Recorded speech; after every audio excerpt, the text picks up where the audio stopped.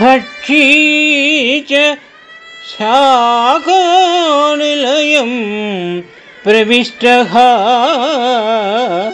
పునః పునశ్చోత్తమ సాంత్వవాది సుస్వాగతం వాచముదీరయనః పునః పునశ్చోదయతీవ పురుష్టః.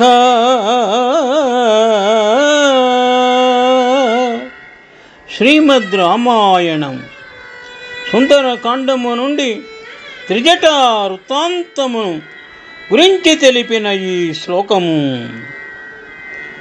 శ్లోకభావము: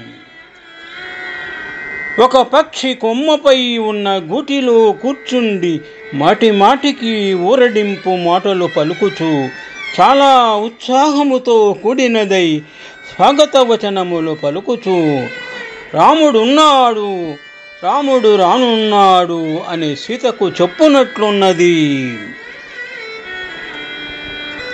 పక్షీచ శాఖానిలయం ప్రవిష్టః పునః పునశ్చోత్తమ సాంత్వవాది సుస్వాగతం వాచముదీరయనః పునః పునశ్చోదయతీవ పురుష్టః.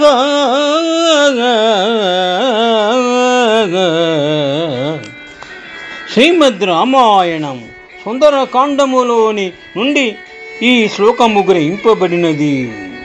త్రిజట స్వప్నము: రామునకు విజయము, రాక్షసులకు వినాశము వచ్చునని ఆ స్వప్నమునందు సూచన లభించినది అని ఈ విధముగా త్రిజట పరిసర ప్రాంతములో ఉన్న రాక్షసులకు సీతాదేవికి తెలియనట్లుగా తెలిపినది.